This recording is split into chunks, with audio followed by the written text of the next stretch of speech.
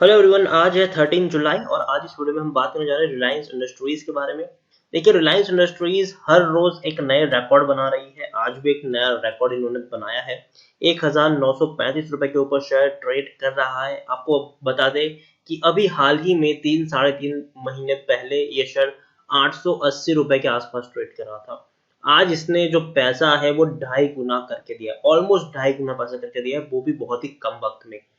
इस वीडियो में हम बात करेंगे, एक बड़ी खबर आई है रिलायंस इंडस्ट्रीज को लेकर और उसके बारे में, और इस प्राइस में खरीदारी करनी चाहिए कि नहीं और कितना टारगेट प्राइस आप यहां से अज्यूम करके चल सकते हैं। तो देखिए, वीडियो को मैं शुरू करूं उससे पहले अगर आपने अभी तक चैनल को सब्सक्राइब नहीं किया है तो प्लीज अभी इसे सब्सक्राइब कर लीजिए, क्योंकि आगे भी बहुत सारे वीडियोस हैं जो आपको काफी ज्यादा हेल्प करेंगे। तो चलिए शुरू करते हैं। तो जैसे कि आप देख सकते हैं कि शेयर अभी 1935 रुपए के आसपास ट्रेड कर रहा है। पिछले एक महीने में इसके शेयर में 21 से 22% की दमदार रैली आई है। 1585 रुपए से शेयर कंटिन्यूअस ऊपर दौड़ा है। 1934 रुपए तक का इसने हाई भी बनाया है। एक साल की अगर हम बात करें तो पिछले एक साल में रिलायंस इंडस्ट्रीज में 51% का ग्रोथ है। आप खुद देख सकते हैं कि 880 रुपए के ऊपर शेयर ट्रेड कर रहा था मार्च महीने में। मार्च महीने के एंड में ये शेयर 880 रुपए के आसपास ट्रेड कर रहा था। उसके बाद जो रैली आई है, चाहे फेसबुक का इन्वेस्टमेंट हो, चाहे उसके बाद विस्ता का इन्वेस्टमेंट हो, अबू धाबी की 2 कंपनियों का इन्वेस्टमेंट हो, एक के बाद एक नए रिकॉर्ड इसने बनाए हैं। और अभी एक और ये जो तेजी आने की एक और वजह है वो ये भी है कि इन्वेस्टमेंट तो आ ही रहा है, उसके साथ साथ इनकी 15 तारीख को मतलब परसों इनकी एनुअल जनरल मीटिंग है। और उस एनुअल जनरल मीटिंग से भी काफी ज्यादा एक्सपेक्टेशन है लोगों की कि अगर कोई बड़ी अनाउंसमेंट हो गई तो इस शेयर को वापस एक और बड़ा रॉकेट बनने से कोई नहीं रोक सकता। आपको बता दें कि पिछली एनुअल जनरल मीटिंग में मुकेश अंबानी जी ने अनाउंसमेंट की थी कि 18 महीने के अंदर वो जीरो डेट वाली कंपनी बन के दिखाएंगे, मतलब सारा का सारा कर्जा जो है उसको ये लोग चुका देंगे। और हुआ भी यही। 18 महीने तो दूर की बात है, बहुत से भी कम वक्त में उन्होंने सारा का सारा कर्जा चुका दिया है। और तो और उस वक्त उन्होंने उनका पूरा रोड मैप भी रिप्रेजेंट किया था। सऊदी अरब को कोई सब जो उनकी डील होने वाली थी उसके बारे में उन्होंने पूरा सब बताया भी था। और अगर उसी तरीके का कोई बड़ी अनाउंसमेंट अगर 15 तारीख को होती है तो याद रखिए एक बड़े रिकॉर्ड की तरफ ये शेयर आगे बढ़ सकता है।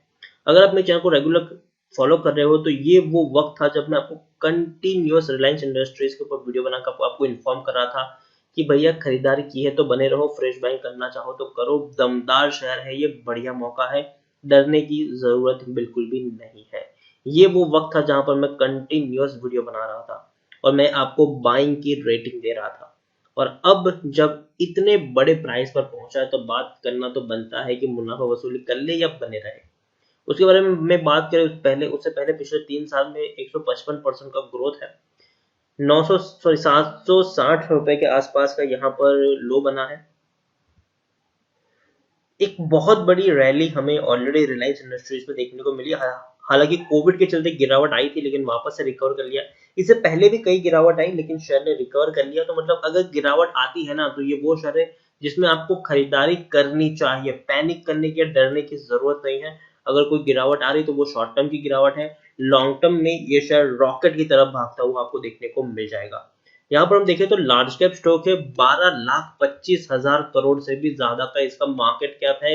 इंडिया की पहली ऐसी कंपनी है जो इतने बड़े मार्केट कैप को कंट्रोल किए हुए है। इतना बड़ा मार्केट कैप किसी और कंपनी का देखने को नहीं मिल रहा है।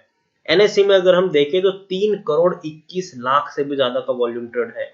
आप खुद सोचिए कोई ऐसा शेयर जो 2,000 रुपए के आसपास है और 3 करोड़ तक का उसका वॉल्यूम ट्रेड हमें देखने को मिल रहा है। शायद ही ऐसा कोई शेयर हमें देखने को मिल जाएगा आज के वक्त में। यहाँ पर हम बात करें शेयर होल्डिंग की तो हालांकि अभी तक डेटा इसका अपडेटेड नहीं है लेकिन उसके बारे में हम बात करें उससे पहले आप देखिए 65% का डिविडेंड ये पे कर रहा है। मतलब पर शेयर आपको 6 रुपए 50 पैसे मिल रहे हैं।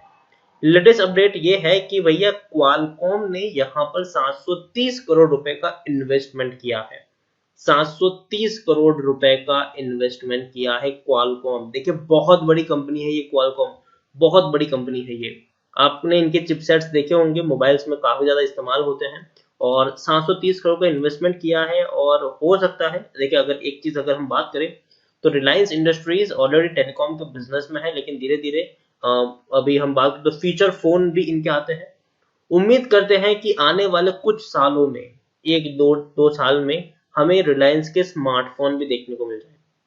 और अगर स्मार्टफोन लॉन्च करते हैं तो अगेन क्वालकॉम प्रोसेसर आपको वहां पे देखने को मिल सकता है, जो जिनका खुद का निवेश है रिलायंस में 730 करोड़ का यहाँ पर। और अभी एक बहुत बड़ी अपॉर्चुनिटी भी है रिलायंस इंडस्ट्रीज के पास स्मार्टफोन सेगमेंट में। और जिस तरीके का हम यहाँ पर देख रहे हैं तो जो रिलायंस है वो हर सेगमेंट में काम करने की शुरुआत कर रहा है। पहले ये लोग सिर्फ रिफाइनिंग और पेट्रोकेमिकल तक सीमित थे। बाद में रिटेल का एक बहुत बड़ा बिजनेस इनका शुरू हुआ। बाद में टेलीकॉम ने तो मतलब पूरे टेलीकॉम सेक्टर में आग लगा दी। अब जियो मार्ट भी लॉन्च हो रहा है, जो आपको आने वाले दिनों में अमेजोन और बाकी जो है पेटीएम उसको टक्कर देता हुआ आपको देखने को मिल जाएगा।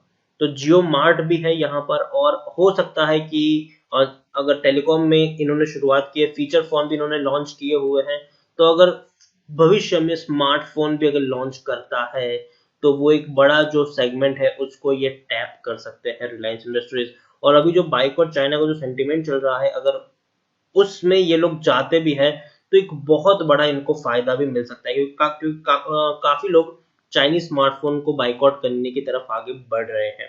तो काफी बड़ा इन्वेस्टमेंट है। क्वालकॉम इंक का will invest 730 crore in Jio platform for 0.15% stake.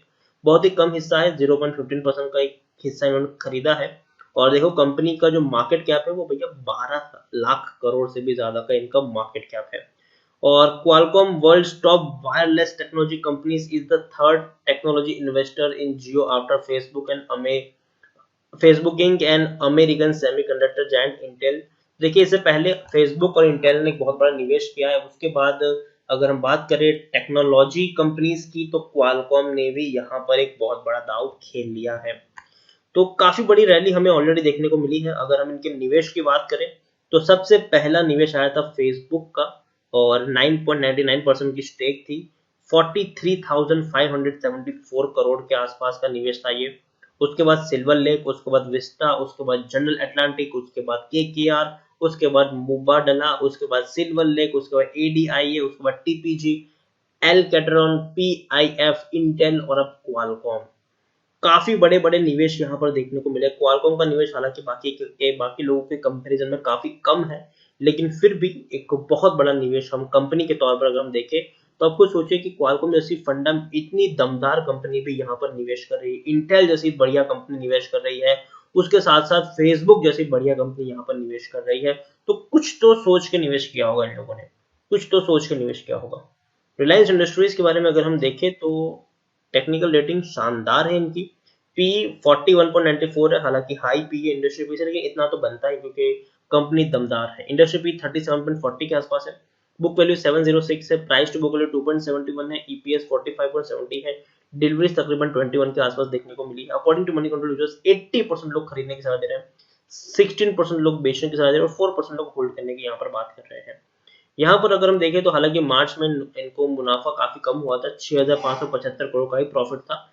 लेकिन उस वक्त लॉकडाउन के चलते जो इनका मेन बिजनेस है पेट्रोकेमिकल और रिफाइनिंग, उसके ऊपर काफी बड़ा झटका लगा था।